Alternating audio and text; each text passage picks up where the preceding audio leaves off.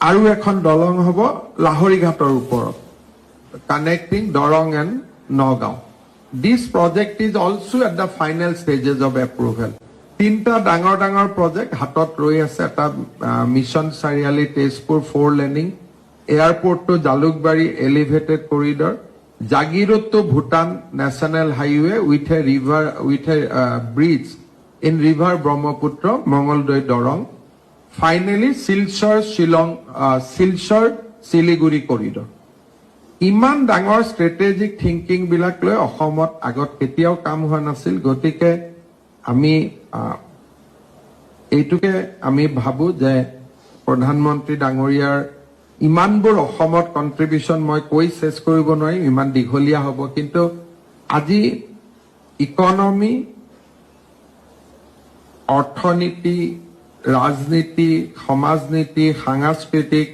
এই গোটেই কথাবিলাকত মই যেতিয়াই কওঁ যে আজি আমি বাগৰুম্বা কৰিম তেওঁ কেতিয়াও নায়ে নকয় যে আজি আমি বিহু কৰিম তেওঁ কেতিয়াও না নকয় মই যেতিয়া তেওঁক কৈছিলো আপুনি এক ৰাতি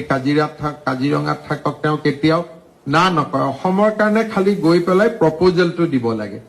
যে এইবাৰ আপোনাক মই বিচাৰিছো যে আপুনি এক ৰাতি মাজুলীত থাকক তেওঁ না কোৱাৰ কোনো কথাই নাই খালি মই সাহস কৰিব লাগিব যে মই মাজুলীত প্ৰধানমন্ত্ৰীক নি ক'ত ৰাখিম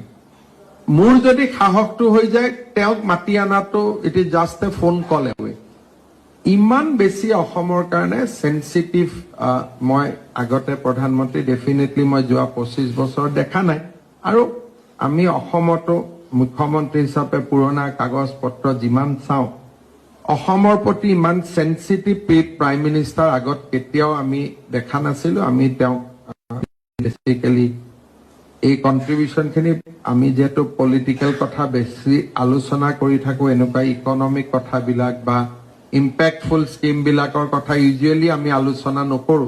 সেইকাৰণে মই আজি ভাবিছিলো যে আপোনালোকক অলপমান মই ব্ৰিফ কৰিম আপোনালোকে কিবা জানিব খুজিলে ডেফিনেটলি ইউ কেন আস্ক এনি কোৱেশ্চন মুখ্যমন্ত্ৰী ডাঙৰীয়া আমাৰ নিৰাপত্তাজনিত কাৰণতে অসম উত্তৰ পূৰ্বাঞ্চলক গুৰুত্ব দিছে কিন্তু আমাৰ নিৰাপত্তা ভাবুকে চীন আৰু বাংলাদেশৰ পৰা বাংলাদেশৰ সৈতে আমাৰ যি সীমান্ত আছে অলপ পুৰণা হৈছে কাটাতাৰৰ বেৰা আৰু সেই প্ৰক্ৰিয়াটোৰে একেবাৰে অনুপ্ৰৱেশ ৰোধ কৰিব নোৱাৰি যোৱা কিছুদিনত আপুনি নিজেও খবৰবোৰ দি থাকে অনুপ্ৰৱেশৰ চেষ্টা অহৰহ চলি আছে কিন্তু এইটো কথাও একেলগে ভাল হৈছে যে অসম আৰক্ষীয়ে আকৌ খেদাই পঠাবলৈ বা পুছবেক কৰিবলৈ সক্ষম হৈছে কিন্তু নতুন ধৰণৰ এক সীমান্তত নিৰাপত্তা ব্যৱস্থা কৰাৰ কথা বহুবাৰ চলিছে এইটো লাগিলে